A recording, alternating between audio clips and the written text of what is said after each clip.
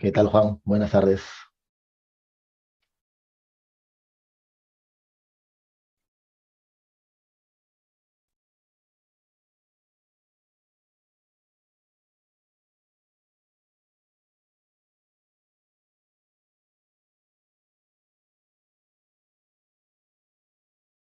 Buenas tardes, Eduardo. ¿Qué tal? Hola, Yossi. Buenas tardes. ¿Qué tal, Angie? Buenas tardes.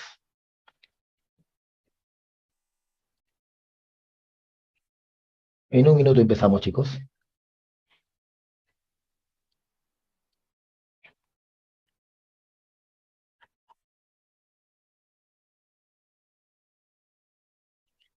¿Qué tal, Thais? Buenas tardes.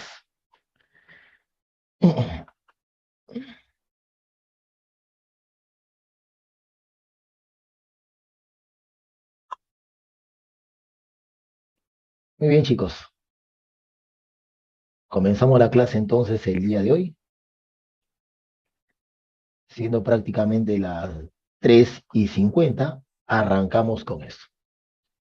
Recuerden, habíamos desarrollado ejercicios hasta la parte de conservación de la cantidad de movimiento de un sistema de partículas.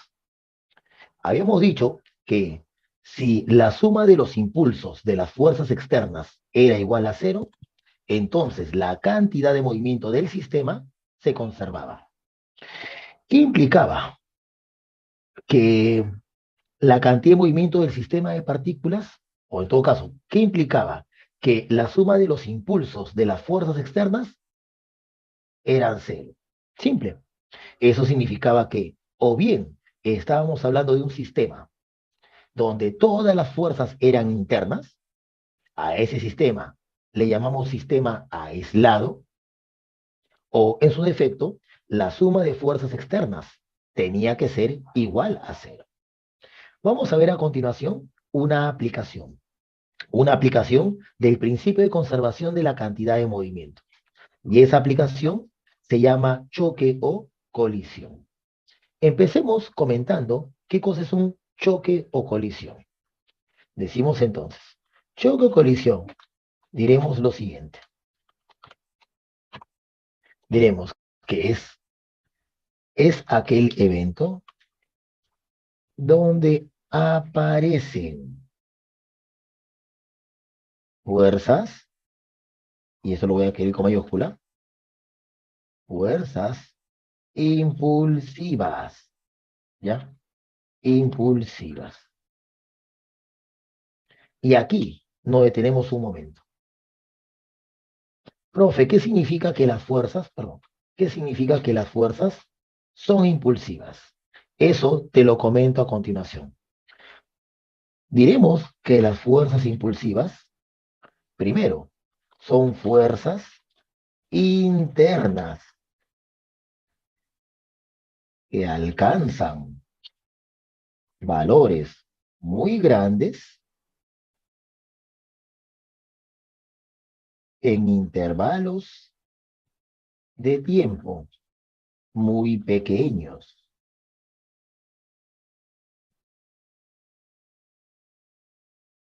A ver, vamos por partes. ¿Qué tal, Ángelo? Buenas tardes. Vamos por partes. Chicos, recordemos, cuando una fuerza era interna, ¿recuerdan eso? Los leo. Cuando una fuerza era interna,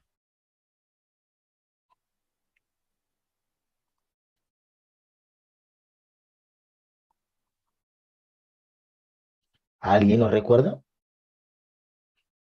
Cuando no cambia la cantidad de movimiento por sol. No, no era Al eso. interactuar con las partes del sistema.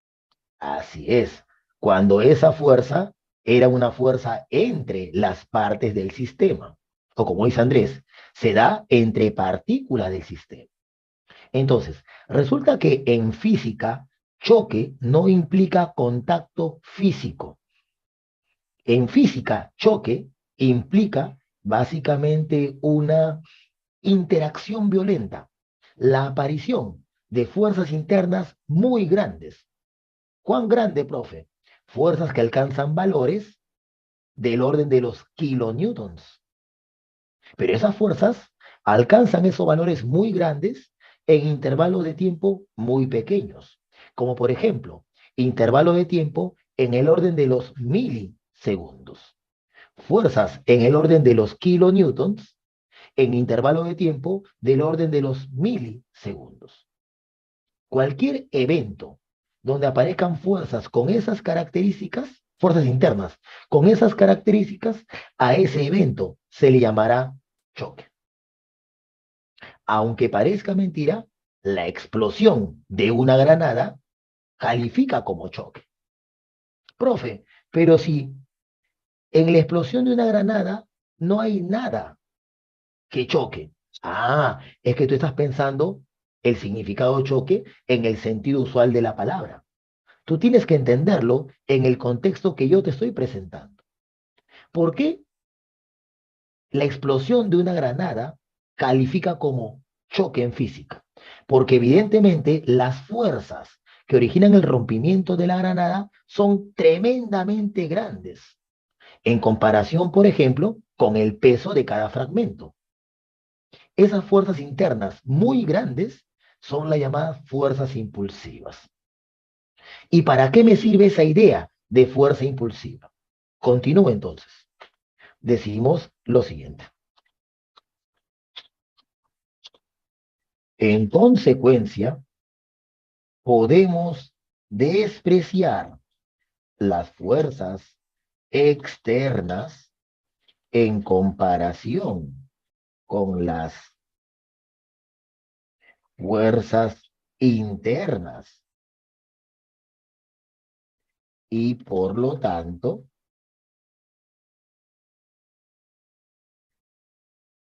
considerar al sistema de partículas como un sistema, aislado. A ver, te paso a limpio lo último que acabo de decir. Entiendan lo siguiente.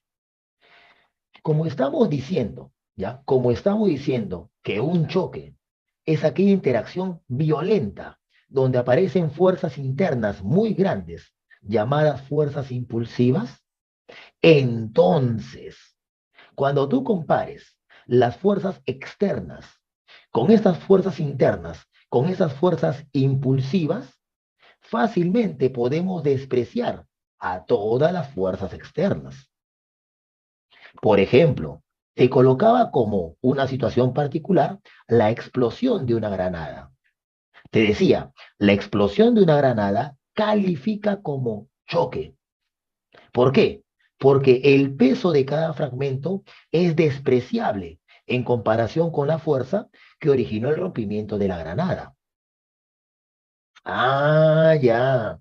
Si eso es así, yo puedo considerar en buena aproximación que no existen fuerzas externas, porque son despreciables. Y si eso es cierto, las únicas fuerzas que actuarían sobre el cuerpo son fuerzas internas. Y a eso le hemos llamado sistema aislado. Remato todo esto. Por lo tanto, observen, todo este floro, ¿sí? Todo este floro que te estoy comentando es básicamente para justificar la siguiente afirmación.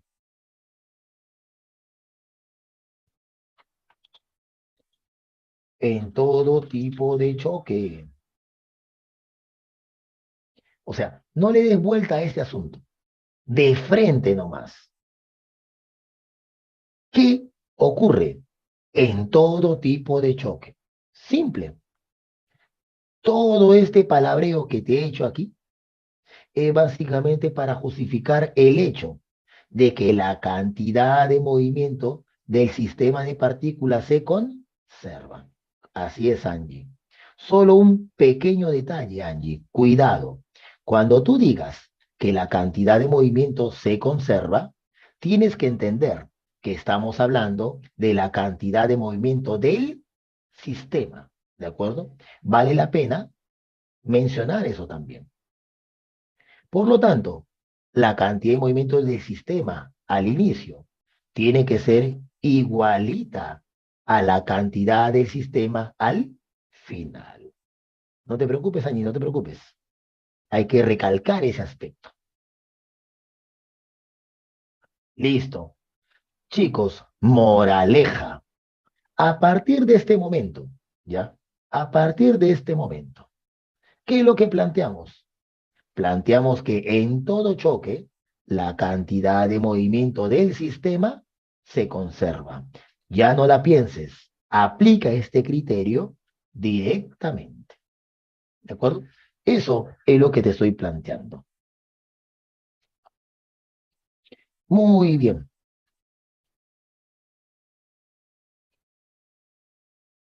Ok, continuamos. Lo que vamos a hacer a continuación es clasificar a los diferentes tipos de choque. Hay diferentes criterios, ¿ya? Hay diferentes criterios. ¿Cómo cuáles, profe? Uf, hay un montón. Mejor vamos a lo que nos interesa, que es lo siguiente. A ver, decimos, desde un punto de vista energético, o sea, desde un punto de vista de la energía, los choques se clasifican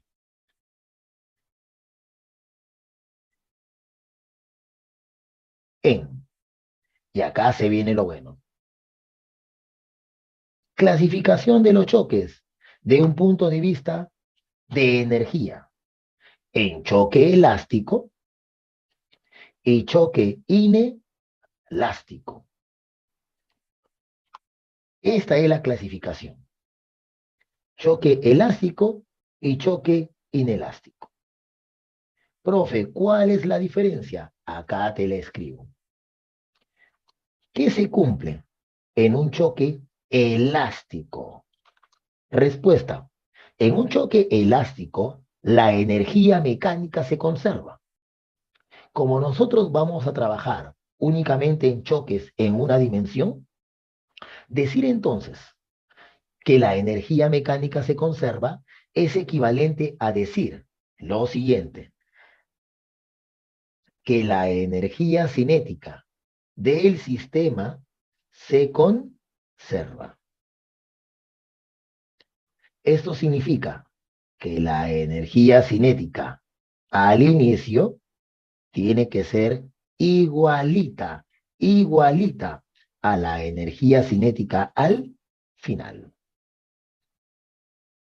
Ya lo pongo. Tiene que ser igualita. Energía cinética al inicio igual a energía cinética del sistema al final.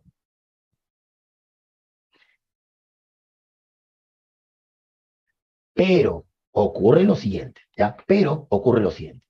Resulta que también podemos clasificar a los choques, ¿sí? En choques inelásticos. ¿Qué ocurre en un choque inelástico? Respuesta. En un choque inelástico, creo que por comodidad voy a ponerlo al revés. No te preocupes por eso. Ahora te vas a dar cuenta por qué. Final igual a inicial. Y así en este orden lo voy a poner. Final igual a inicial. Listo. Ahora sí, te decía. ¿Qué ocurre en un choque inelástico?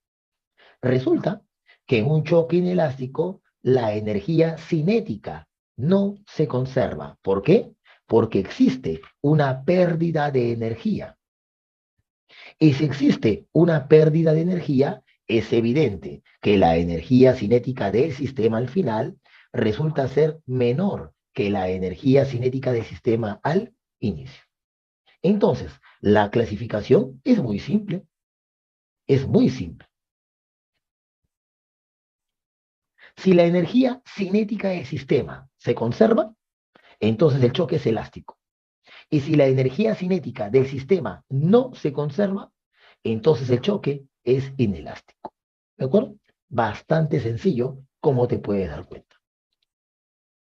Muy bien. Nosotros ahora Vamos a analizar un tipo de choque muy especial, ¿sí? Muy, pero muy especial.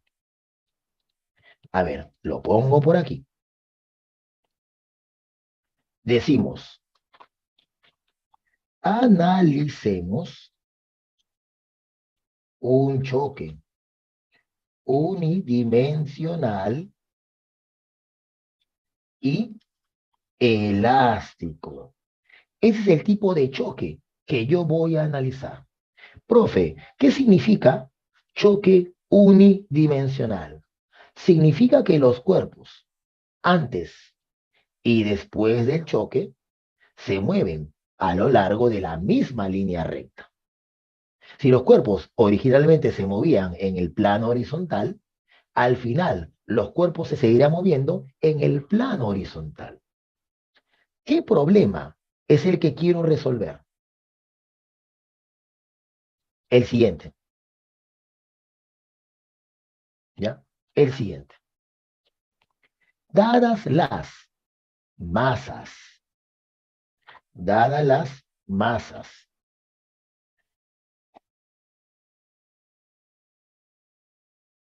y las velocidades, primero las masas, M1 y M2, así lo voy a etiquetar.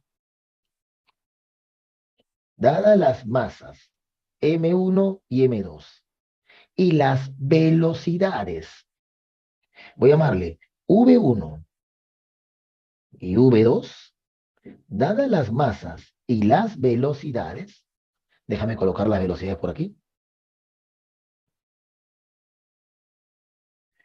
V1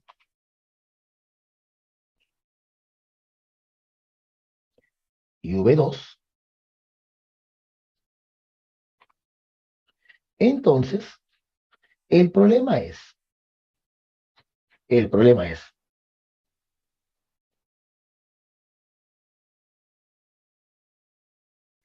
el problema es, ¿cuánto valen las velocidades que tienen los cuerpos después del choque? Chicos, una pregunta muy común en esta parte es la siguiente. Profe, si los cuerpos uno y 2 chocan, entonces uno se pregunta, ¿cómo se mueven los cuerpos al final? ¿Cómo se mueven los cuerpos al final? Y la respuesta es, no lo sé, porque eso depende de muchas cosas. Sugerencia entonces, yo te sugiero que siempre supongas que los cuerpos se mueven hacia la derecha después del choque. Siempre. Profe, ¿y usted cómo sabe? No, no lo sé. No lo sé. Estoy suponiendo que es así. ¿De acuerdo? Estoy suponiendo que es así. Entonces, nos planteamos, profe, ¿y si se equivoca? ¿Qué es lo que va a pasar? No mucho realmente. No mucho. Si me equivoco, ¿sabes cómo me voy a dar cuenta? Me voy a dar cuenta cuando yo observe que al calcular las velocidades, estas velocidades tienen signo negativo. El negativo me estaría diciendo, te equivocaste en las velocidades, aunque su valor es correcto. Llamémosle a las velocidades después del choque U1 y U2. 1 y U2. Supondré que ambos van a la derecha. Ya está. Problema a resolver entonces.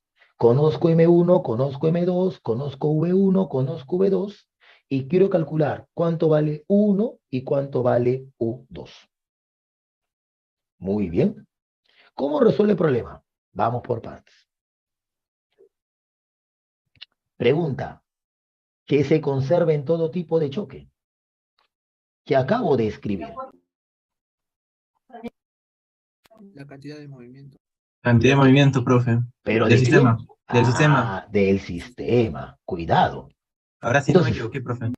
y era hora, pero era hora. Cantidad de movimiento, pero del sistema, no de cualquier cosa. Así, los ciclos están haciendo efecto ya. A la quinta es la vencida, chévere. Entonces, conservación de la cantidad de movimiento del sistema de partículas. Sería así. Mira, mira, mira, mira. M1. Observa acá. M1 por V1 más M2 por V2. Esta es la cantidad de movimiento del sistema al inicio. ¿Igual a quién? A M1 por 1 más M2 por U2. Te hago recordar que la cantidad de movimiento del sistema es la suma de las cantidades de movimiento de cada una de las partículas. ¿Verdad? Ahora, escúchame con atención. Voy a hacer uso del hecho que el movimiento es unidimensional. Profe, no entiendo qué quiere decir. Que si, por ejemplo, este de aquí es mi eje X, si este es mi eje X, yo me doy cuenta entonces, de que todas las velocidades tienen el mismo vector unitario. Y, por lo tanto, voy a plantear eso. Me explico mejor. Lo que estoy diciendo es M1. ¿Cómo voy a escribir V1? Teoría de vectores. Magnitud por vector unitario. Más M2 por V2. Pero ¿cómo voy a escribir V2? Módulo por el vector unitario.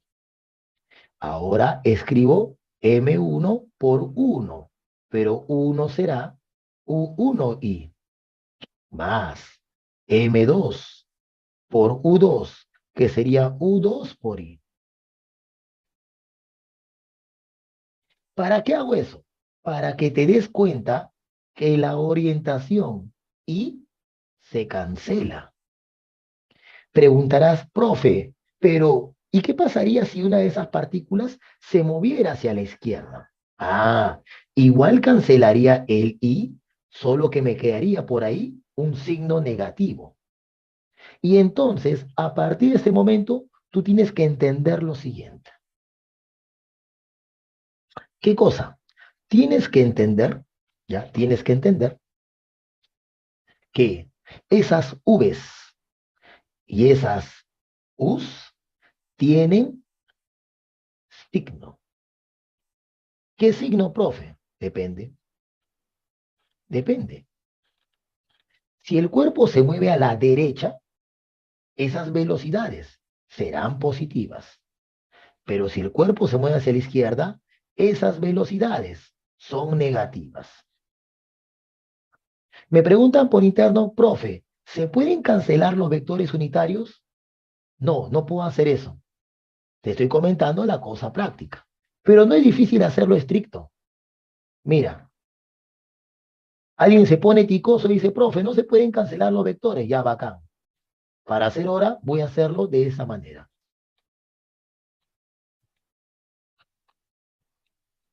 No, no está mal que preguntes por si acaso. O sea, la curiosidad es sana, está bien. Pero lo que quiero que entiendas es que hay algunas cosas que hago en forma práctica para no entrar en demasiado detalle. Yo digo entonces, como esos dos vectores son iguales, como tienen la misma orientación, entonces las magnitudes tienen que ser iguales. Y ya está, yo obtuve la ecuación. Pues digo, simplemente es una cuestión práctica de hacer las cosas. No es que realmente se estén cancelando, ¿de acuerdo? Eso es por una cuestión de curiosidad matemática, no hay problema. Ya está, me queda esa ecuación. Pero esa ecuación realmente no resuelve el ejercicio. Profe, ¿por qué no? Ah, porque tengo una ecuación con dos incógnitas. Me falta una ecuación más. Pero recuerden, chicos, ¿de qué tipo de choque estamos hablando? ¿Cuál fue nuestra premisa? Un choque elástico. Claro. ¿Y qué se cumple en un choque elástico? La energía Conservación de la energía cinética. Se conserva. Claro. La conservación de la energía cinética. Así es. Por lo tanto, voy a hacer uso de eso. Voy a hacer uso de eso. Como es un choque elástico, la energía cinética del sistema se conserva. Ahora sí lo voy a poner en el orden adecuado. Energía cinética del sistema al inicio es igual a la energía cinética del sistema al final. Profe, pero ¿y cómo se calcula la energía cinética del sistema? Fácil. Si la cantidad de movimiento del sistema era la suma de las cantidades de movimiento, entonces la energía cinética del sistema será la suma de las energías cinéticas de cada una de las partículas. ¿Estamos de acuerdo? Eso es lo que voy a escribir a continuación. Por lo tanto, ¿cómo sería este asunto? Sería así. Energía cinética del sistema al inicio. 1/2 de la masa M1 por la rapidez V1 al cuadrado, más 1/2 de la masa M2 por la rapidez V2 elevado al cuadrado. ¿Igual a quién? A 1/2 de la masa M1 por la rapidez 1 elevado al cuadrado, más 1/2 de la masa M2 por la rapidez U2 elevado al cuadrado. Y aunque parezca mentira, el problema de un punto de vista matemático ya está resuelto. ¿Por qué? Porque tienes dos ecuaciones con dos incógnitas. Profe, ¿cómo se resuelve ese sistema de ecuaciones? Hay un montón de maneras de hacerlo. Quiere decir entonces que matemáticamente hablando, el problema de choque unidimensional y elástico ya está resuelto. Pero te das cuenta que faltaría algo. ¿Qué, profe? Yo no podría resolver en este momento un problema de choque inelástico. ¿Por qué no, profe? Te explico. Pregunta, ¿en un choque inelástico puedo seguir utilizando esta ecuación? No, profe. ¿Qué dicen? Ya, la primera sí, la primera sí. Eso estoy preguntándome, por ahí después, ¿por qué ves mi flecha ahí? Ahí está la flecha. Sí, profe, disculpa. Claro que sí, no te preocupes, no te preocupes. Ahí está clarito. Sí, profe, sí se puede aplicar porque la conservación de la cantidad de movimiento del sistema de partículas siempre se cumple en todo choque. ¿Puedo aplicar esta ecuación que está aquí? Esa sí no, profe. Esa no se puede. Yo tendría que reemplazar la igualdad por una desigualdad. Y eso haría imposible que yo resuelva el problema. Conclusión, lo que he hecho hasta el momento, ¿sí? Lo que he hecho hasta el momento es resolver el problema del choque elástico, pero no he resuelto el problema del choque inelástico. Por lo tanto, lo que yo he hecho hasta el momento es incompleto. Y entonces, profe, vamos a seguir. Para ello, vamos a jugar un poco con la parte matemática. Por ejemplo, ¿qué te parece si en esa ecuación, al término M1 por 1, lo paso a restar a la izquierda y factorizo M1? ¿Qué obtendría? Veamos. M1 multiplicado por V1 menos U1. ¿Igual a quién? Al término M2 por V2, a ese término lo voy a pasar a restar al otro lado. ¿Y qué obtendría? Obtendría M2 por U2 menos V2. ¿Ven o no? Esta va a ser la ecuación que yo voy a utilizar. Así que le pongo un check. O ya le pongo ecuación 1, más fácil. Tú te vas a llamar ecuación 1.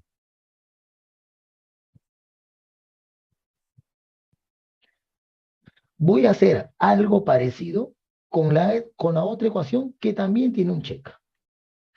Factorizo, aunque antes de factorizar, primero cancelo el 1/2. Chao. Paso a restar y factorizo. ¿Qué obtengo entonces? Lo siguiente. Tengo M1. Pasa a restar V1 al cuadrado menos 1 al cuadrado igual M2 por U2 al cuadrado menos V2 al cuadrado. ¿Está bien o no? Y a esta ecuación le voy a llamar ecuación 2. Chicos, ¿quién me dice qué puedo hacer con estas dos ecuaciones? Está cantado lo que tenemos que hacer. Vamos. ¿Dividirlas? Así es. Hay que dividir, claro que sí. Hay que dividir. Dividir la ecuación número 1, entre la ecuación número 2, o 2 sobre 1 creo, ¿no? 2 sobre 1 primero. 2 sobre 1.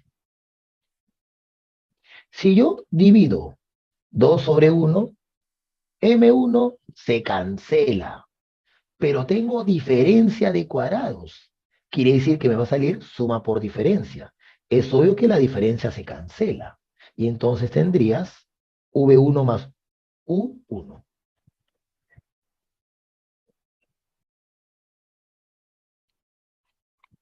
¿Está bien o no? Igual. Si yo divido la segunda ecuación entre la primera ecuación, me va a salir U2 más V2. Chicos, ¿me siguen hasta ahí? Profe. Dime. Sí, sí, sí está bien. Bacán, bacán, bacán. Pero esto lo voy a escribir a propósito. Así. Paso a restar V1 menos V2. Igual a. Paso a restar U2 menos U1. Y quiero detenerme un momento, ya, un momento, a reflexionar respecto a la forma que he obtenido.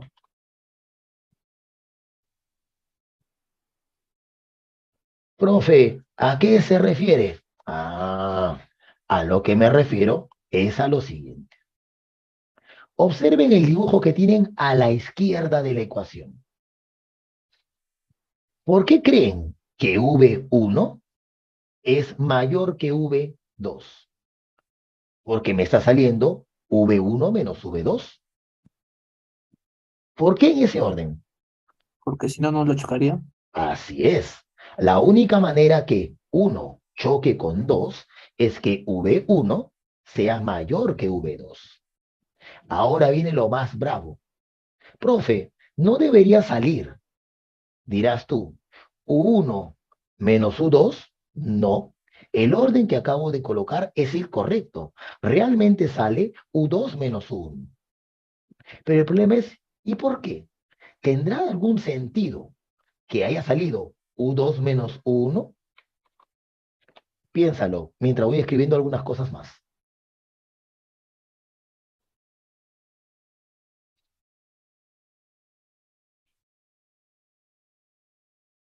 ¿Habrá alguna interpretación para el hecho que me haya salido U2 menos U1?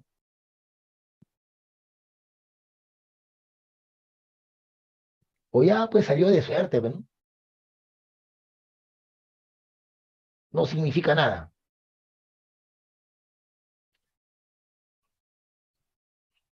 Podría ser que en el choque se ha perdido una cantidad de energía cinética y la otra se ha transferido. Podría ser. Digo podría ser porque recuerda que es un choque elástico. En un choque elástico, la cantidad de, perdón, la energía cinética del sistema se conserva.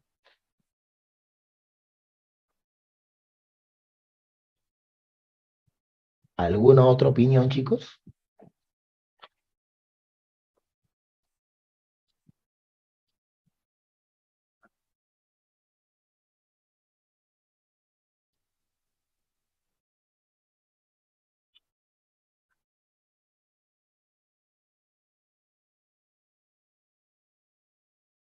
Me dicen, profe, por la velocidad relativa después del choque. Por ahí va la cosa, pero no tanto. A ver, yo te explico. Escucha, escucha. Yo te explico. Imagínate solo por un momento, que no fuese U2 menos 1, sino hubiera sido 1 menos U2. O sea, imagínate que 1 es mayor que U2. ¿Qué pasaría si después del choque 1 resultara ser mayor que U2? ¿Se dan cuenta que los cuerpos volverían a chocar? Pero luego de chocar, de acuerdo a esto, volverían a chocar después. Y volverían a chocar después. Y volverían a chocar después. Y eso es imposible, porque el experimento demuestra que ese choque es único. Por lo tanto, no tiene sentido de que U1 sea mayor que U2, sino más bien U1 tiene que ser menor que U2. Y por lo tanto, el orden U2 menos U1 es el correcto. ¿De acuerdo? Ahora, quiero que observes lo siguiente. ¿Recuerdas esto? Ok, tal vez no lo recuerdes con 1 y 2, pero deberías recordarlo con A y B. ¿Nada? ¿Qué cosa es eso? Correcto, Andrés. Esa sería velocidad relativa. Por lo tanto, puedo decir lo siguiente. ¿Qué cosa es V1 menos V2? Es la velocidad relativa antes del choque. En vez de colocar U2 menos U1, factorizo el negativo. ¿Y qué encuentro? Menos U1 menos U2. Pero eso no es otra cosa más que la velocidad relativa después del choque. Después del choque. Profe, ¿qué es lo que quiere decir en pocas palabras? Simple. En un choque elástico, es cierto que la energía cinética se conserva. La del sistema se entiende. Pero también es cierto que en un choque elástico, la velocidad relativa antes del choque es el negativo de la velocidad relativa después del choque. Eso es lo que debo aprender de esta ecuación. Si eso es cierto, entonces, penúltimo paso, ¿ya? Si eso es cierto,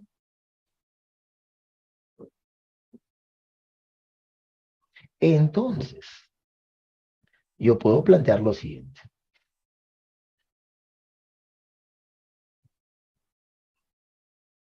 Paso a dividir U2 menos U1 sobre V1 menos V2. Y este cociente será 1. Profe, no entiendo lo que está diciendo. Lo que estoy diciendo es que este cálculo demuestra que para el choque elástico, esta cosa es 1.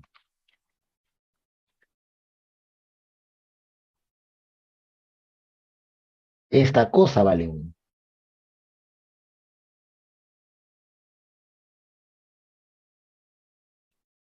Ya. Y profe, aún sigo sin entender. Acá viene la jugada. Escúchame. Hemos visto que ese cociente en el choque elástico vale 1. Escucha eso, escucha esto. Ese cociente U2 menos 1 entre V1 menos V2, ese cociente vale 1 en el choque elástico. Yo pregunto, ¿y en el choque inelástico cuánto será ese cociente? Es obvio que no puede ser igual a 1. Y entonces, ¿qué cosa podría ser? Ese cociente que acabo de plantear ¿ya? Ese cociente en un choque inelástico resulta ser menor que 1. Profe, ¿por qué? Porque como en un choque inelástico la energía se pierde, entonces el numerador U2 menos U1 siempre va a ser menor que el denominador V1 menos V2. O sea, ¿qué es lo que estoy encontrando? Estoy encontrando una cosa, así le voy a llamar ahorita, estoy encontrando una cosa donde esta cosa en el choque elástico vale 1. Esta cosa en el choque inelástico es menor que 1. Por lo tanto, veo que esta cosa me permite justamente representar a diferentes tipos de choque. Por lo tanto, concluimos diciendo lo siguiente. A ese cociente vamos a darle un nombre especial. Exacto, vamos a llamarle coeficiente de restitución. O sea, lo que he hecho aquí es básicamente una justificación de por qué el coeficiente de restitución se calcula de esa forma y no de otra. ¿De acuerdo? Esa es la idea aquí. Entonces decimos, se define el coeficiente de restitución de la siguiente manera. Definimos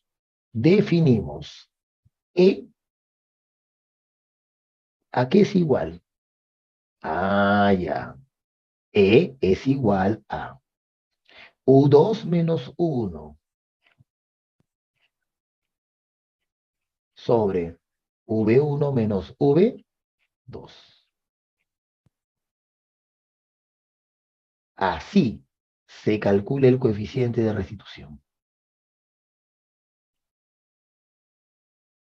Chicos, en muchas ocasiones, cuando se presente el coeficiente de restitución de esta manera, algunos salen con la siguiente idea. Dicen, profe, pero ¿usted no está dividiendo vectores? Y yo le respondo, no, yo no estoy dividiendo vectores. No podría, porque la división entre vectores no existe.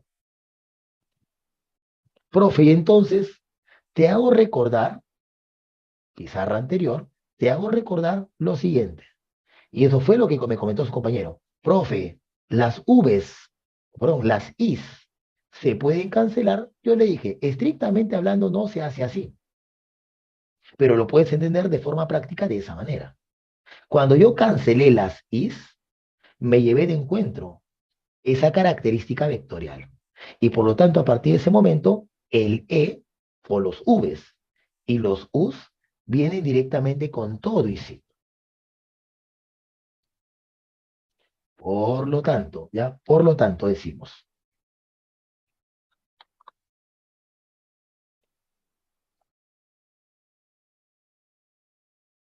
a ver, por ejemplo, decimos esto. ¿Qué pasaría? Ah, me olvidaba. Este E está entre 0 y 1.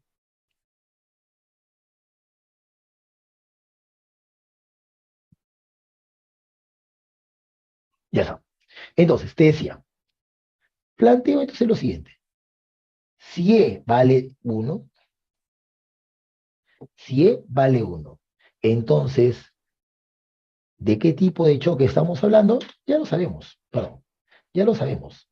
Estamos hablando del choque elástico. Me preguntan otra vez con respecto a los vectores unitarios. Ya lo expliqué. Dije que lo que tú tienes que hacer exactamente es factorizar el I e igualar, ¿sí? Las magnitudes e igualar las orientaciones, ¿sí? No es momento de filosofar, por si acaso, ¿sí? Tenemos entonces al choque elástico.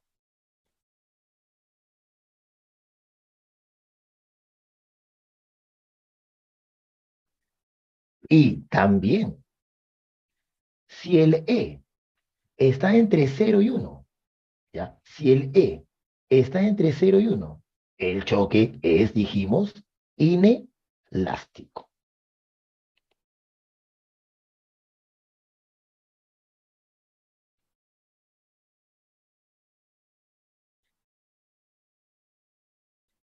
Choque inelástico.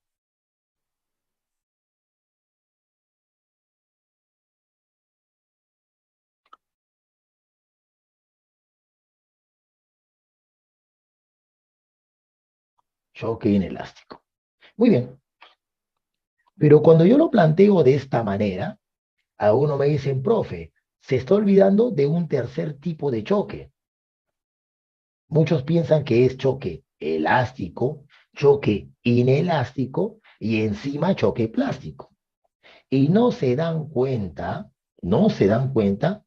que la clasificación solamente es choque elástico y choque inelástico. Profe, ¿qué cosa es un choque plástico? Ah, es un caso particular del choque inelástico.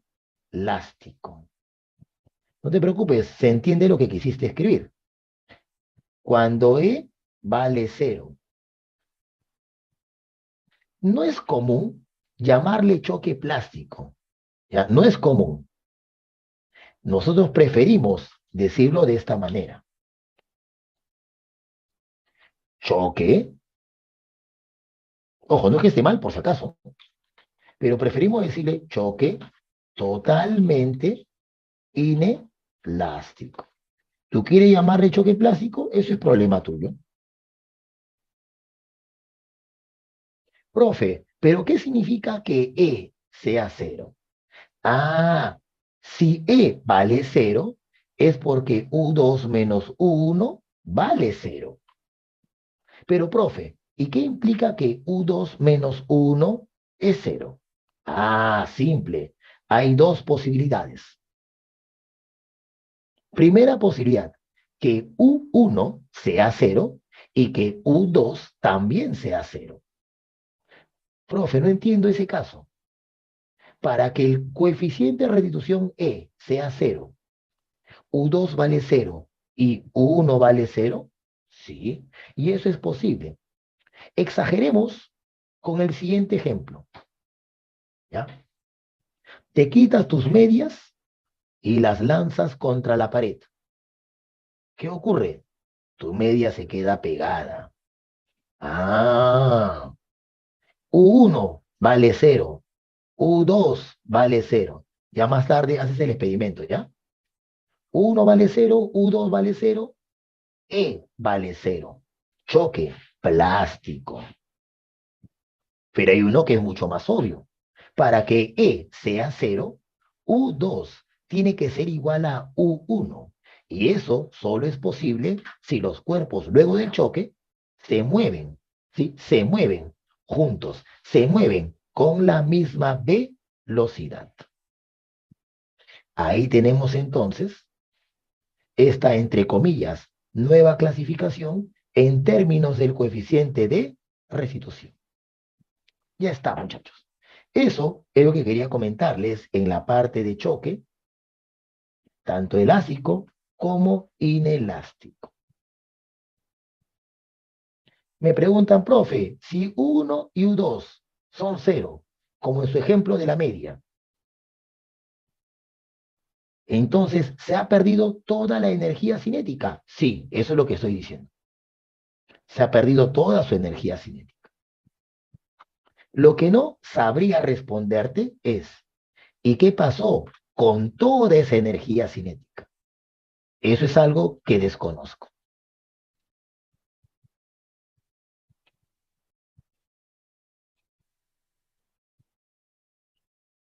Claro. ¿Y sabes por qué digo que desconozco?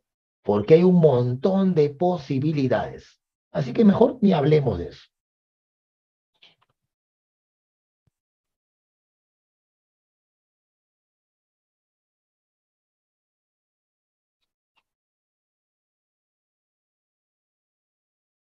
Muy bien.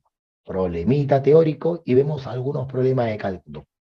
Ya para pasar a esta parte de centro de masa, ¿sí? antes que me gane el tiempo. Nos queda 1 hora de clase, exacto para plantear centroemas. 12. Indique el valor de verdad o falsedad de las siguientes proposiciones. Un choque frontal, o sea, un choque unidimensional, ¿siempre es elástico? Claro que no. Podría ser inelástico. Primera proposición, falsa. En un choque inelástico, la cantidad de movimiento del sistema no se conserva. Eso es falso. Hemos dicho que la cantidad de movimiento del sistema se cumple para todo tipo de choque. 3. Las fuerzas internas en un choque cambian la cantidad de movimiento del sistema. Eso es imposible. ¿Por qué? Porque la tercera ley de Newton me dice que la suma de fuerzas internas es igual a cero. Por lo tanto, la tercera proposición también es falsa y la clave sería la C.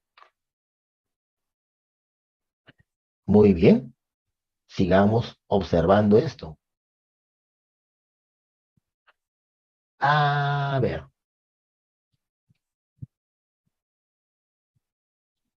Veamos la pregunta 15, que es un problema típico con choque elástico. Ya luego nos concentraremos en choque inelástico, ¿de acuerdo?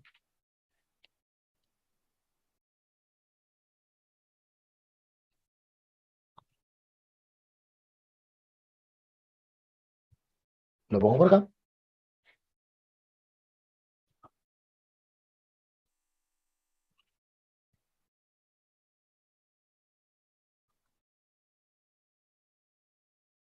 Y déjame hacer un dibujito por este lado.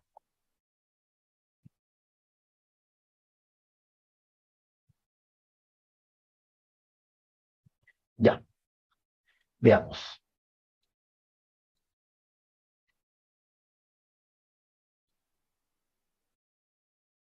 Aquí y aquí.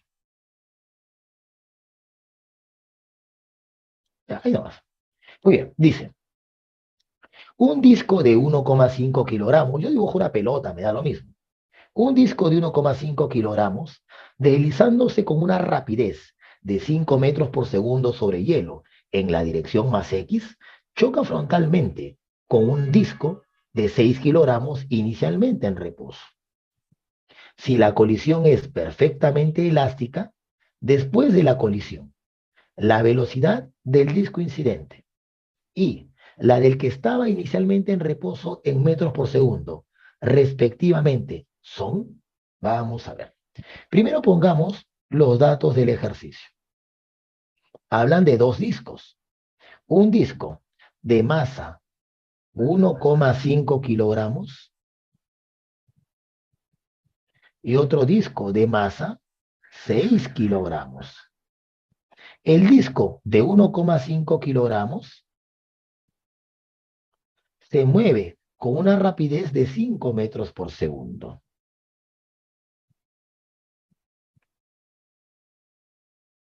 Mientras que el otro disco se encontraba inicialmente en reposo. De acuerdo a mis etiquetas, 5 metros por segundo sería V1, mientras que V2 sería 0. Acá viene el problema. Profe, y luego del choque, ¿cómo se mueven los cuerpos?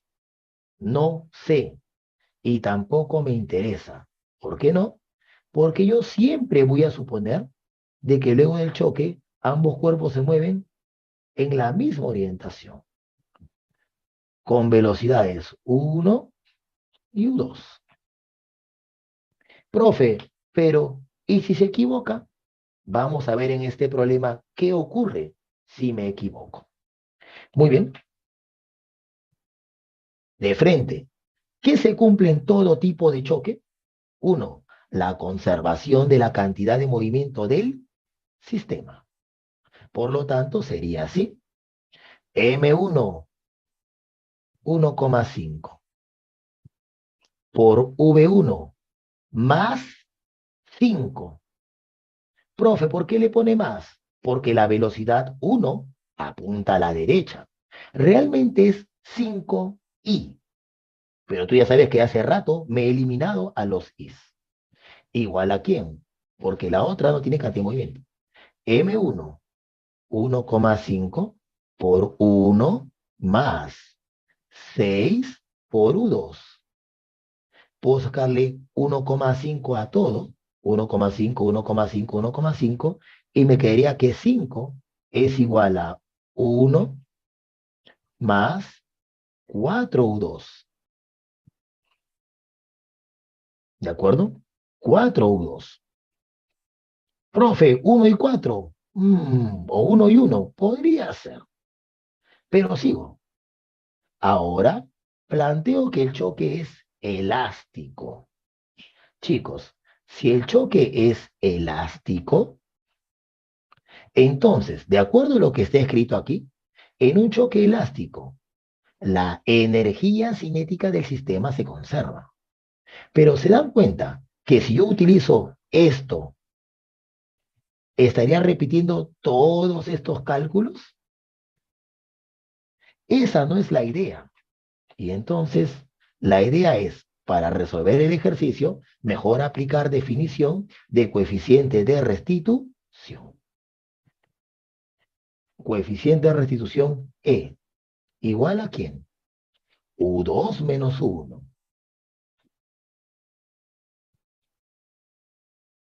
Sobre V1 menos V2. O sea, 5 menos 0. Por lo tanto, concluyo que U2 menos 1 vale 5.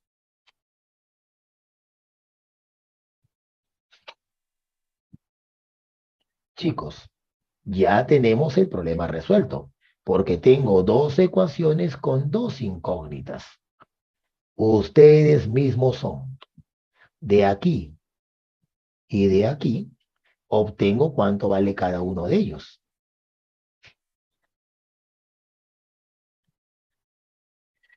U1 menos 3. U2, 2. Verifica que se cumple las dos ecuaciones. Profe, U1 le ha salido negativo. Sí, significa que mi dibujo está mal, pero el resultado sí es correcto. ¿Ves? Si tú eliges mal, no te preocupes, porque la matemática te dirá exactamente cuál es el resultado correcto. Por lo tanto, la clave es la B. Chicos, ¿me dejo entender hasta ahí? Los escucho, los leo.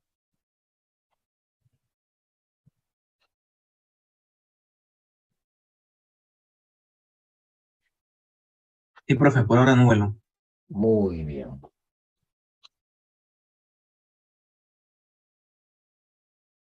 Ok, continuemos. Este problema es más bravo. Aunque si mal no recuerdo, si la memoria no me falla, esta es una pregunta de una calificada bastante antigua.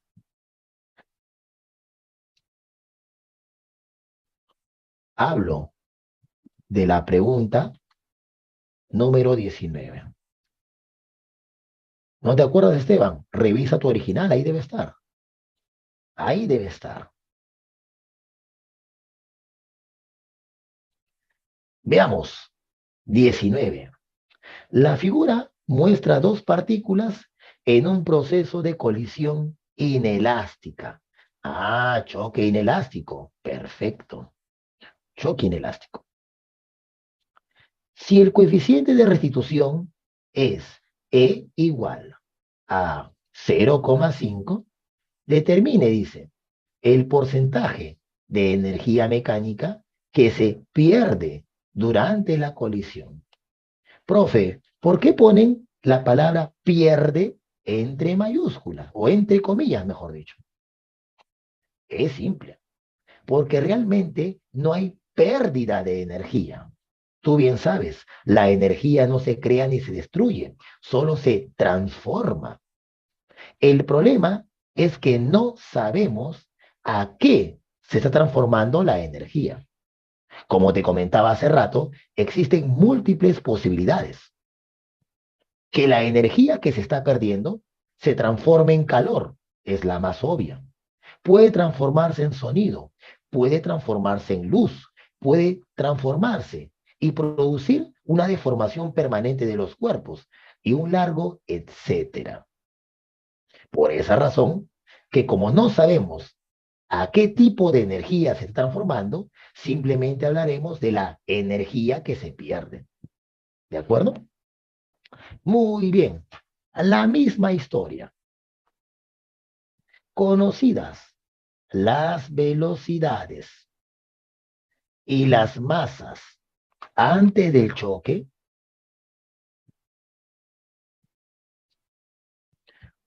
2 kilogramos,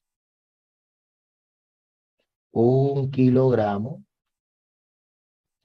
5 metros por segundo, él sería V1, no te olvides, 10 metros por segundo, él sería V2. Yo digo, después del choque inelástico, voy a suponer que ambos cuerpos se mueven a la derecha. Siempre voy a hacer eso, siempre. U1, U2.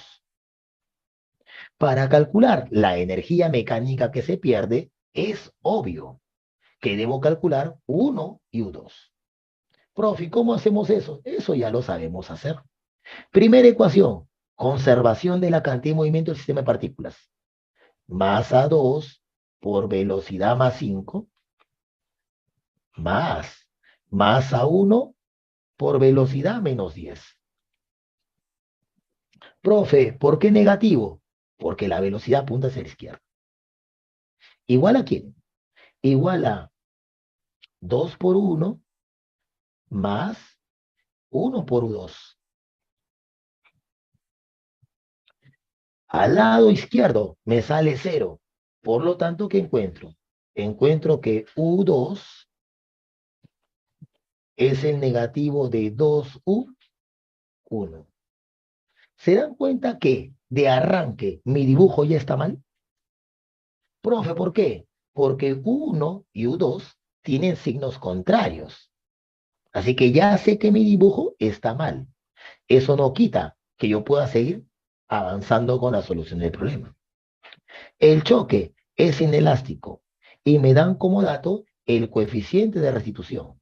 Por lo tanto, yo digo que E, que vale 0,5, es igual a ¿quién? Ahí lo tienes, al lado izquierdo de la pizarra. U2 menos U1, siempre, ¿ves? Siempre es eso. U2 menos U1. Aquí ten mucho cuidado. Sobre V1 menos V2 menos 10. ¿Notas eso? Los U's y los V's tienen su propio signo.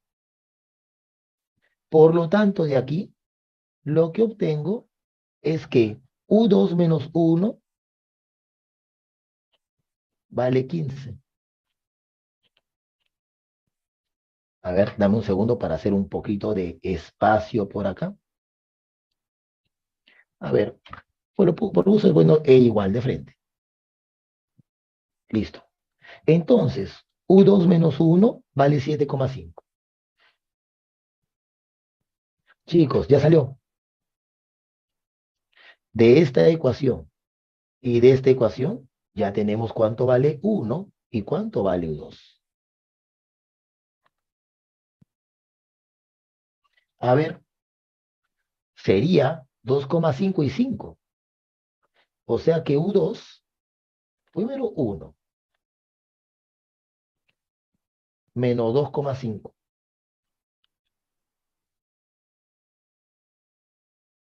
Y U2 vale 5. Cumple, ¿verdad? Profe, 1 le salió negativo. Ah, me equivoqué. U1 no apunta hacia la derecha. Al final, la bola número 1 retrocede. ¿Cómo calculo entonces la energía mecánica que se pierde? Tan simple como esto. La energía mecánica que se pierde simplemente es, a ver, imaginemos que al inicio el sistema tiene una energía cinética de 100 joules. Al final, como hay energía perdida, la energía cinética del sistema al final tiene que ser menor que 100. No sé, digamos 80. Si primero tenía 100 joules de energía y luego tengo 80, ¿cuánta energía se ha perdido? 20. Y ese 20, ¿qué corresponde? ¿Qué porcentaje representa de la energía cinética inicial que vale 100? El 20%. Por lo tanto, todo lo que tengo que hacer es calcular cuánta energía hay al inicio y cuánta energía hay al final. Veo cuánto se ha perdido y luego calculo el porcentaje. Manos a la obra, entonces. Manos a la obra.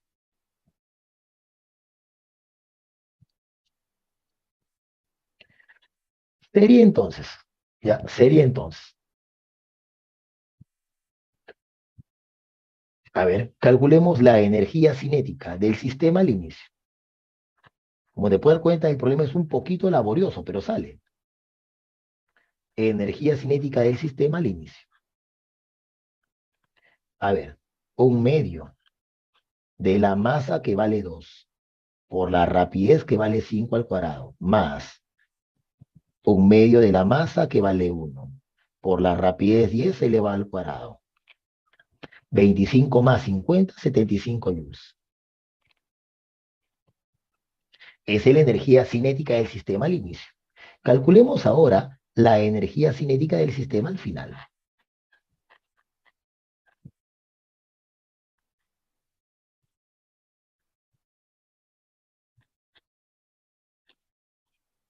A ver, energía cinética del sistema al final. ¿Me vas a ayudar con esta operación, por favor?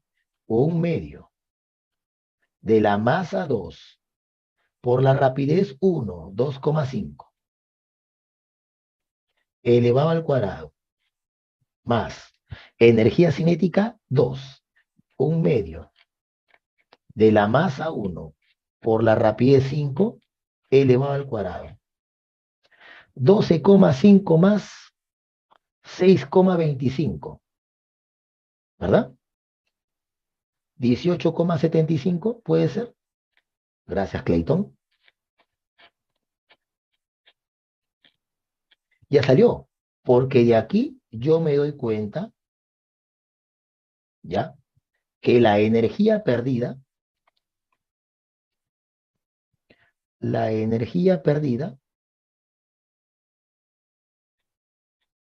es la diferencia.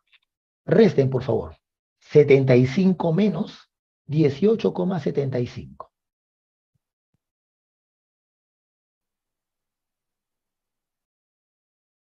¿Cuánto sale?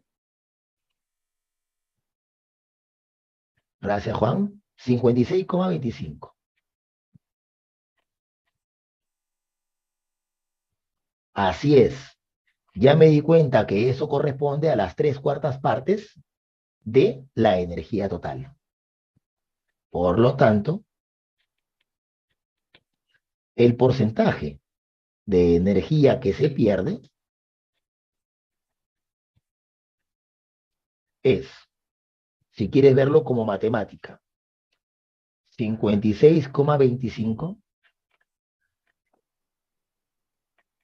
sobre 75. Y esto multiplicado por 100%. ¿Ya? Por 100%.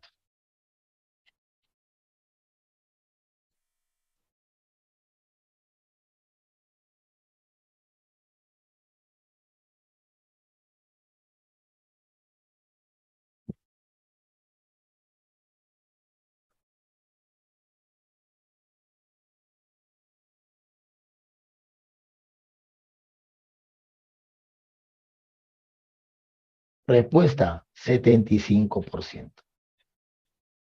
Problema resuelto, chicos. ¿Me dejo entender hasta ahí, muchachos?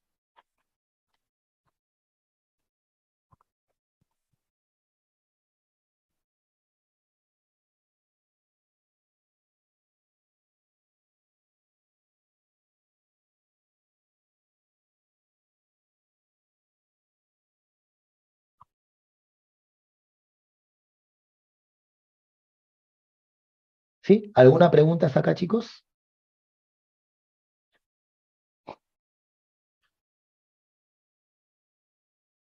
Coméntame, coméntame.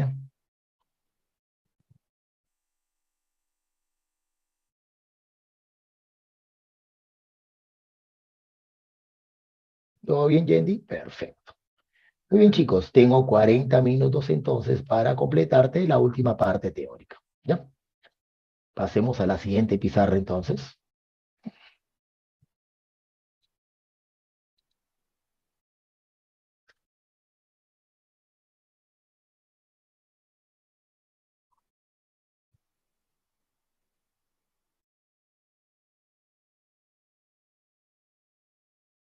Ok.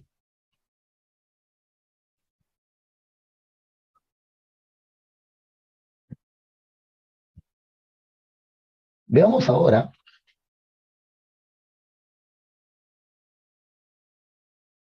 esto que se llama centro de masas. Profe, ¿qué es eso, eso de centro de masas? Para eso, ya te tengo preparado un dibujito por aquí.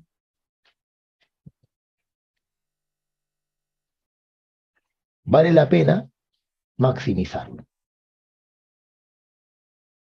Observen ese destornillador. Es evidente que ese destornillador es un cuerpo rígido, ¿verdad? Es un cuerpo rígido. Uno dice entonces, ¿por qué es un cuerpo rígido? Porque se traslada, porque rota. El movimiento, por ejemplo, ¿ya? El movimiento, por ejemplo,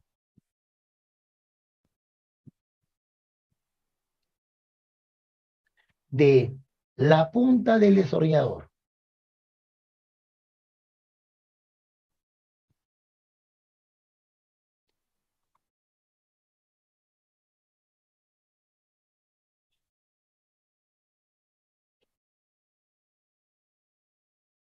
mire el movimiento de la punta del destornillador.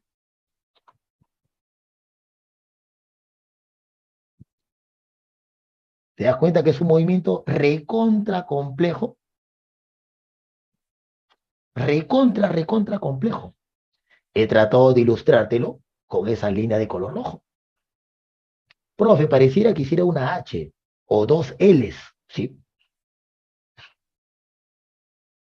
Sin embargo, también se observa en la figura que hay un puntito de ese destornillador, hay un puntito de ese cuerpo rígido que justamente describe una trayectoria parabólica.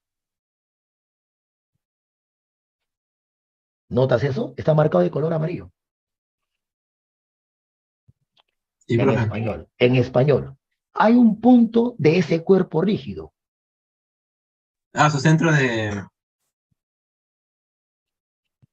Tranquilo. Existe un punto de ese cuerpo cuyo comportamiento es similar al de una partícula.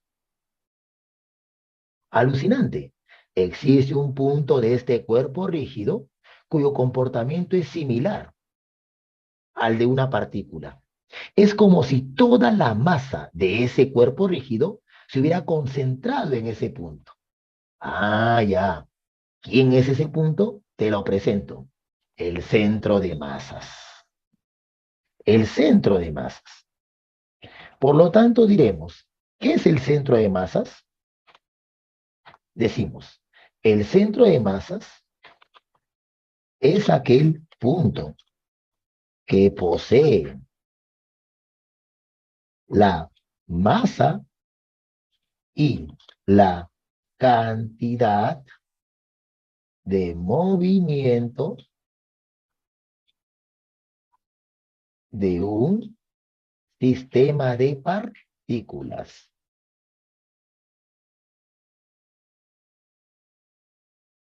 De un sistema de partículas.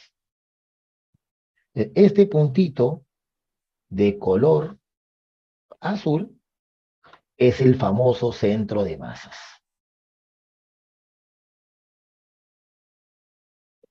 Centro de masas. centro de masas. Y describe una trayectoria parabólica, como si fuera una partícula. Alucinante. Alucinante. Profe, aún sigo sin entender. No te preocupes. Veamos un dibujito. Imagínate que tengo tres partículas. Solamente tres. Una, dos, tres. Por supuesto, lo que te voy a comentar aquí se extiende a un número cualquiera de partículas. Tienes tres partículas. De masas M1, M2 y M3.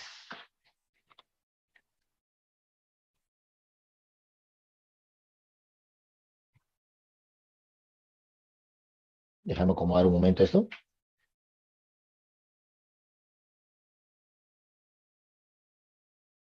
M1, M2 y M3. Y esas partículas eventualmente podrían moverse. Podrían moverse.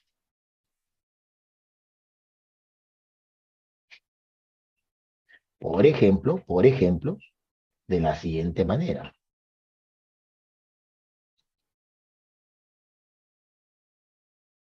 A ver, por ejemplo, M1 se mueve así, con esta velocidad, V1.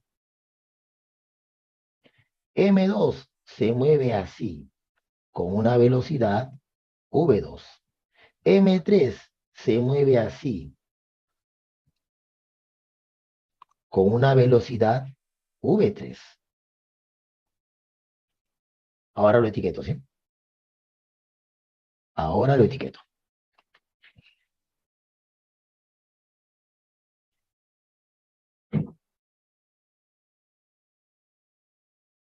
Ya está.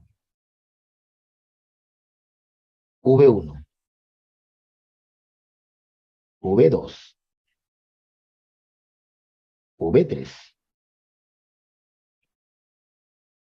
Entonces decimos, este conjunto de partículas lo puedo reemplazar. Claro que sí, lo puedo reemplazar. ¿Por quién? Por una sola partícula, una sola. Vuelve a leer lo que escribí de centro de masas. ¿Qué dice? Es aquel punto que posee la masa de un sistema de partículas. Por lo tanto, lo que estoy diciendo es que este puntito, ¿sí?, tiene una masa.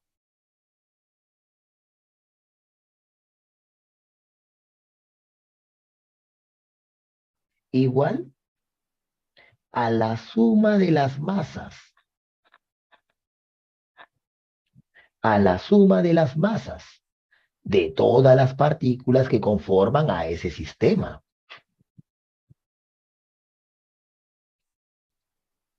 Ese puntito tiene una masa igual, en mi ejemplo, a M1 más M2 más M3. Pero ¿qué más dice lo que acabo de escribir? Es aquel punto que posee la masa y la cantidad de movimiento del sistema de partículas. Quiere decir que este puntito que posee esa masa tiene una cierta cantidad de movimiento. Quiere decir que ese puntito tiene una cierta velocidad. Y esa velocidad es la velocidad del centro de masas.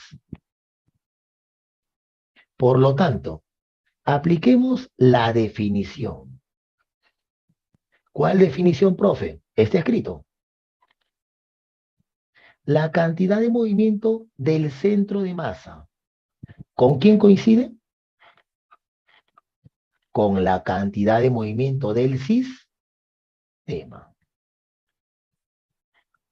Pero, ¿te das cuenta que el centro de masa es como una partícula, y si el centro de masa es una partícula, la cantidad de movimiento del centro de masa será la cantidad de movimiento de una partícula. Por lo tanto, la cantidad de movimiento del centro de masa será masa por velocidad. Masa del sistema por la velocidad del centro de masas. ¿Está bien o no? ¿Y esto a qué es igual por definición? A la cantidad de movimiento del sistema. Chicos, ¿recuerdan cómo se calculaba la cantidad de movimiento de un sistema?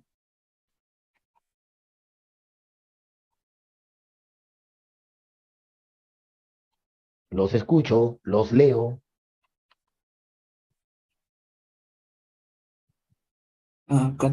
Sumatoria de las cantidades de movimientos de cada una de las partículas del sistema. Correcto, Clayton, correcto, muy bien. Por lo tanto, en mi ejemplo sería M1 por V1 más M2 por V2. Pero si hubieran N partículas, sería más Mn por Vn. Y se acabó. Porque con eso yo voy a averiguar. ¿Y cuánto vale la velocidad del centro de masas? Respuesta. La velocidad del centro de masas, ¿qué resulta ser? Esta cosa que está aquí.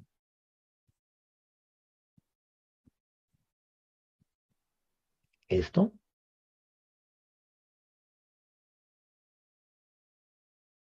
¿Sobre quién? Sobre la masa del sistema. Pero aguanta, la masa del sistema no es la suma de las masas. M1 más M2 más Mn. Así se calcula la velocidad del centro de masas. Aguanta, ¿eso no se te hace conocido? Observa la estructura de la ecuación. ¿No te trae recuerdos? Sí, profesor. Aritmética para hacer Promedio. exámenes. ¿Qué Promedio promedio es ponderado. ese? Exacto. Es el famoso promedio ponderado.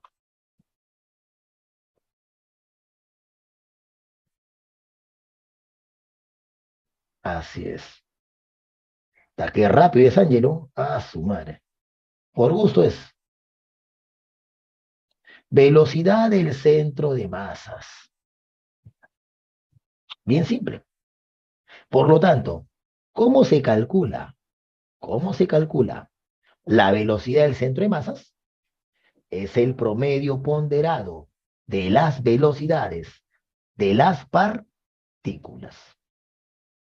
Pero hay algo más. Profe, ¿dónde debo ubicar ese centro de masa? ¿Dónde tiene que estar concentrada la masa del sistema de partículas? Y para ello vamos a hacer lo siguiente. Ubiquemos aquí nuestro sistema de referencia, SR. Ubiquemos nuestro sistema de referencia. Profe, ¿para qué? Porque si yo ubico mi sistema de referencia, lo puedo utilizar como origen para calcular las posiciones. Por ejemplo, esta sería la posición de la primera partícula.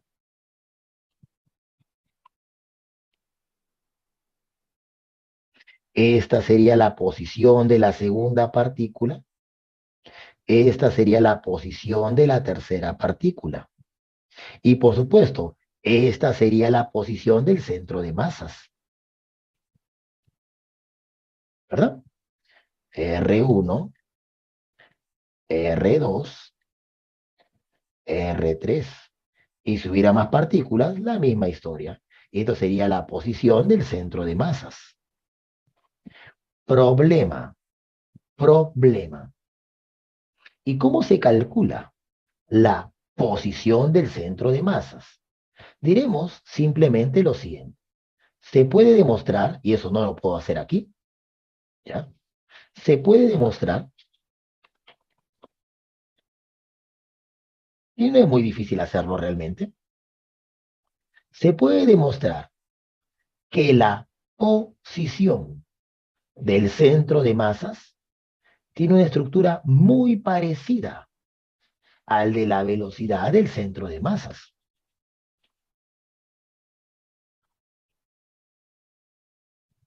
¿Cuál, profe? Aquí hago el cambio. Formulón. La posición del centro de masas resulta ser el promedio ponderado de las posiciones. O sea, M1 por R1 más M2 por R2 más MN por Rn sobre la suma de las masas. Ya está. Eso es lo que se puede demostrar. También, si tú conoces la velocidad del centro de masas, entonces también puedes calcular la aceleración del centro de masas.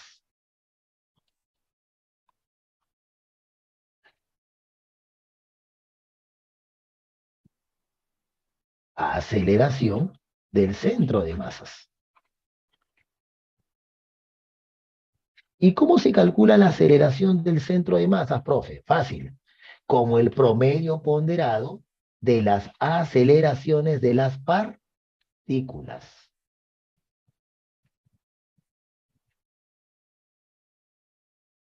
Resumiendo, chicos, resumiendo,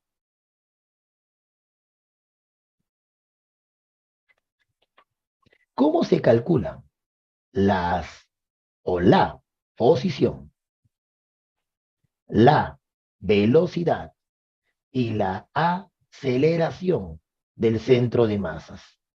Fácil, como los promedios ponderados de las posiciones, de las velocidades y de las aceleraciones de las partículas que conforman dicho sistema.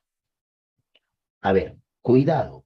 En este tema no es importante las formulitas. ¿Por qué? Porque es obvio que en todos los casos es un promedio ponderado. Allí no estoy diciendo nada interesante, nada nuevo. Lo que tienes que entender son, al margen de las formulitas, primero, ¿qué atributos, qué características presenta este centro de masa? Simple, tiene la masa del sistema, tiene la cantidad de movimiento del sistema. Tremendamente importante, ¿sí? Tremendamente importante. Y para terminar la teoría, ¿ya? Para terminar la teoría, tengo 15 minutos, vamos. Para terminar la teoría, quiero que observes lo siguiente.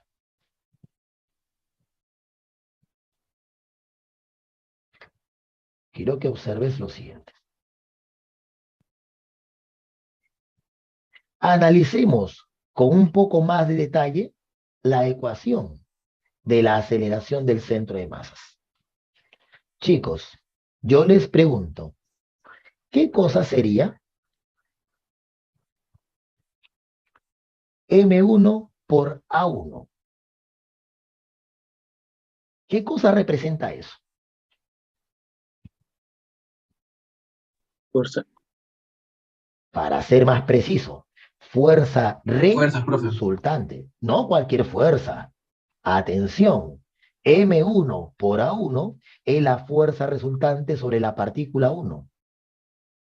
De igual manera, M2 por A2 es la fuerza resultante sobre la segunda partícula. Mn por An es la fuerza resultante sobre la enésima partícula. Ya, pero borrador.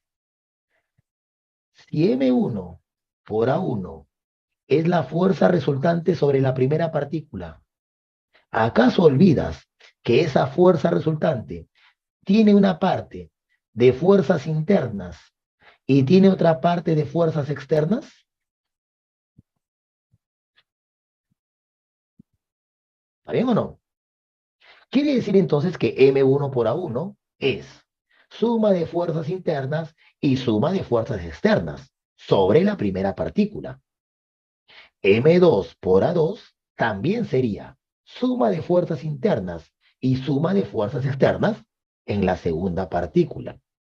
Y acá se viene lo bueno. Acá se viene lo bueno. ¿Qué ocurre con todas las fuerzas internas? Muy bien, Angie. Eso es justamente lo que quería que recuerden. Que cuando tú sumas todas las fuerzas internas, todas, estas se cancelan. ¿Quién me lo garantiza? La tercera ley de Newton. Por lo tanto, moraleja.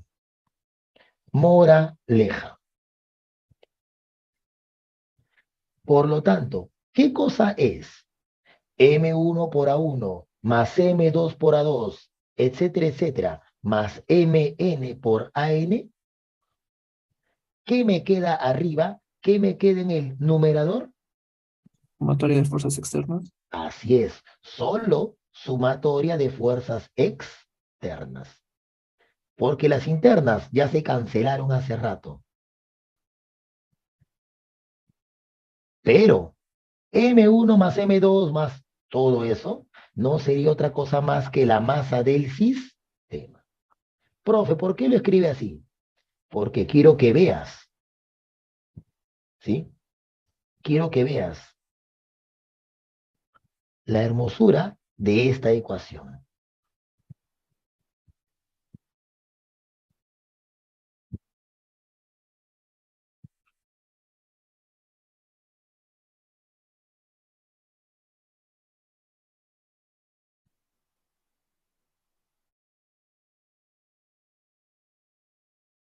Esta ecuación es alucinante. Tú te preguntarás, ¿por qué?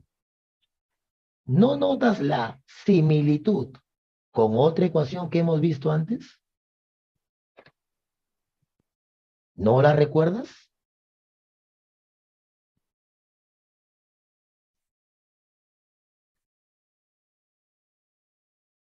¿Nadie?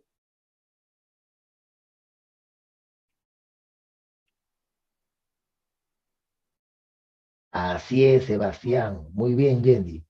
Segunda ley de Newton. Pero esta segunda ley de Newton tiene una categoría muy superior a la segunda ley que tú conoces.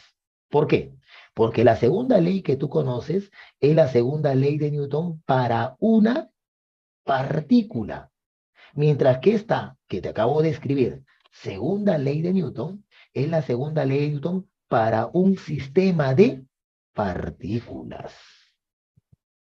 Y la teoría, culmino la teoría con la siguiente observación.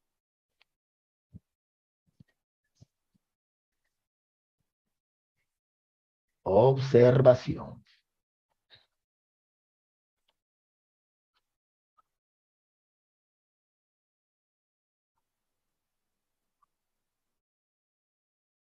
Observación. A ver, síganme con esta línea de razonamiento. Ya, síganme con esta línea de razonamiento. Parto de lo siguiente.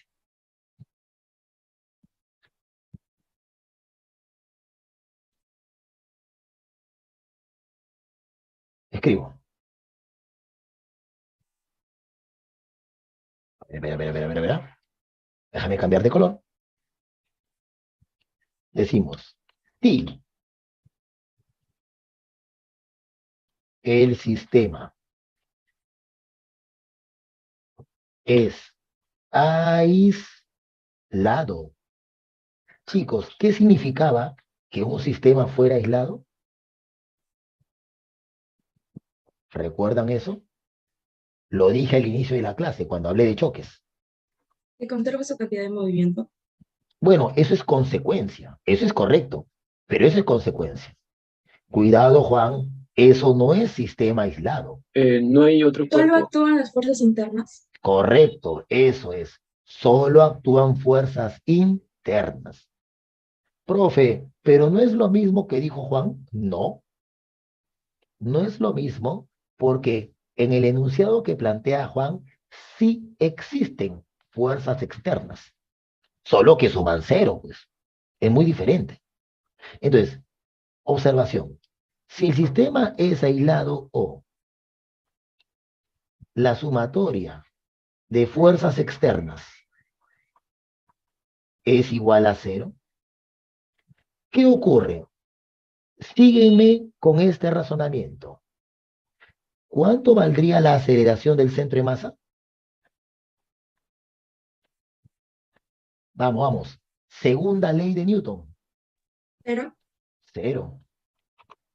Pero, sigo. Sígueme con el razonamiento.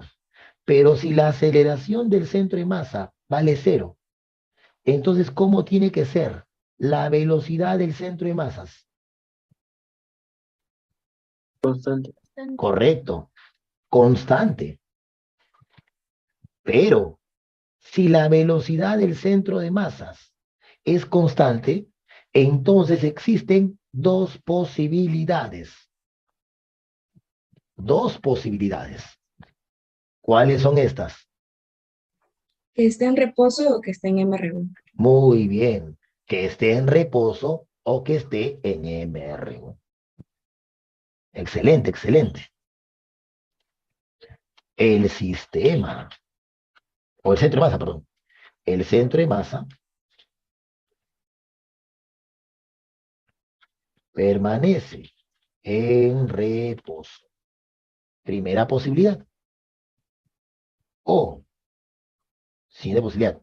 El centro de masa se mueve con MR.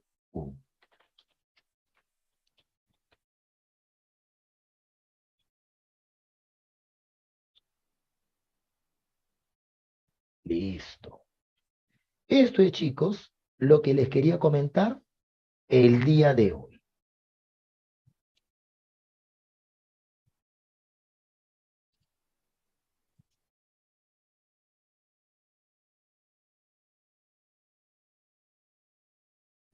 Ok. A ver, tengo 8 minutos. Hagamos un problemita de teoría primero. Primero uno de teoría. La 22.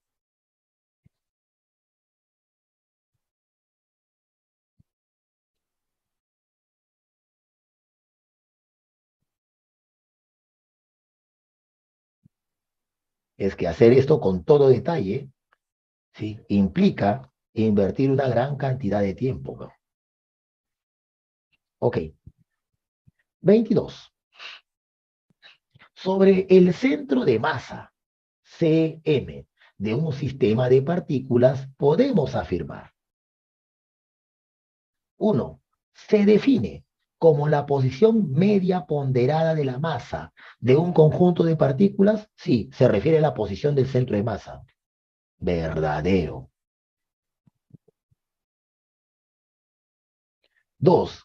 Es el punto donde se concentra toda la masa de un sistema de partículas. Verdadero. 3. El centro de masa coincide con el centro de gravedad en un sistema de partículas. No necesariamente. Profe, contraejemplo, bien sencillo. Primero, hemos dicho qué cosa es el centro de masas. Profe, pero ¿qué cosa es el centro de gravedad? El centro de gravedad es el punto de aplicación del peso. Esos dos puntos coinciden cuando tú consideras, ¿ya? Cuando tú consideras que la aceleración de la gravedad es constante. Pero cuando la aceleración de la gravedad es variable, Entonces, esos dos puntos no coinciden. ¿De acuerdo? Esa pregunta va más allá de lo que yo deseo que tú conozcas en esta parte, porque habla de centro de gravedad. Y nosotros en ningún momento hemos tratado qué cosa es el centro de gravedad. Pero igual te doy el alcance. Centro de gravedad, punto de aplicación del peso.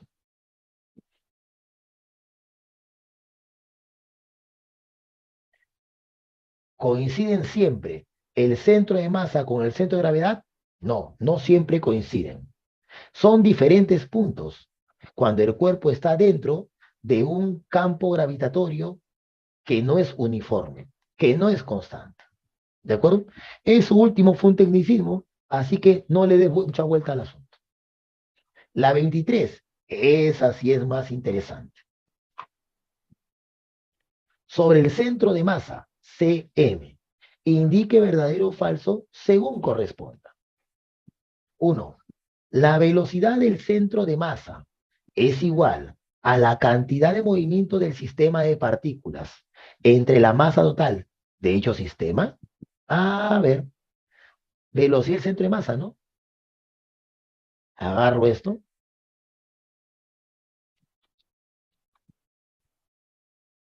Y lo copio acá.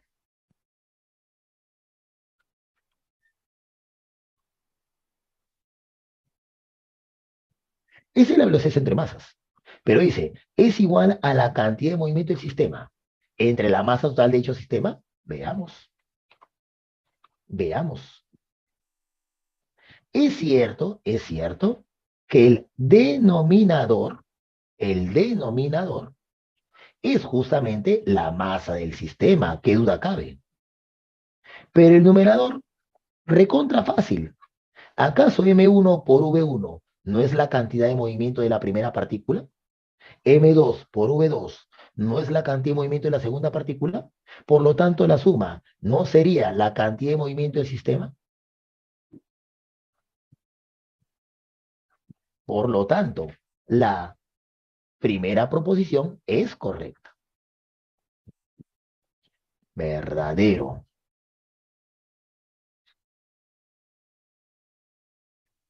Dos, la aceleración del centro de masa es igual a la fuerza neta externa que actúa sobre el sistema de partículas entre la masa total de dicho sistema. Creo que eso lo escribí. Acá estás. Aquí estás. Demostré, y te expliqué por qué, demostré que la aceleración del centro de masa se puede escribir de esa forma. Por lo tanto, la segunda proposición es correcta. 3.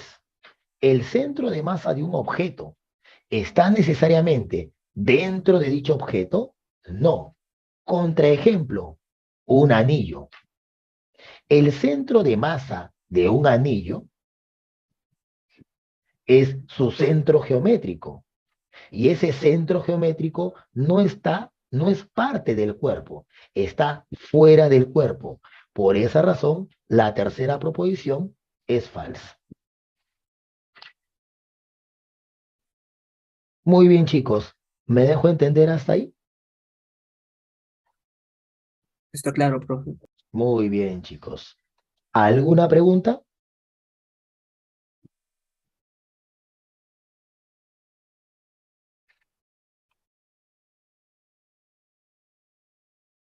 Muy bien, chicos. Si no hay ninguna pregunta, vamos a llegar hasta aquí en la clase del día. ¿De acuerdo?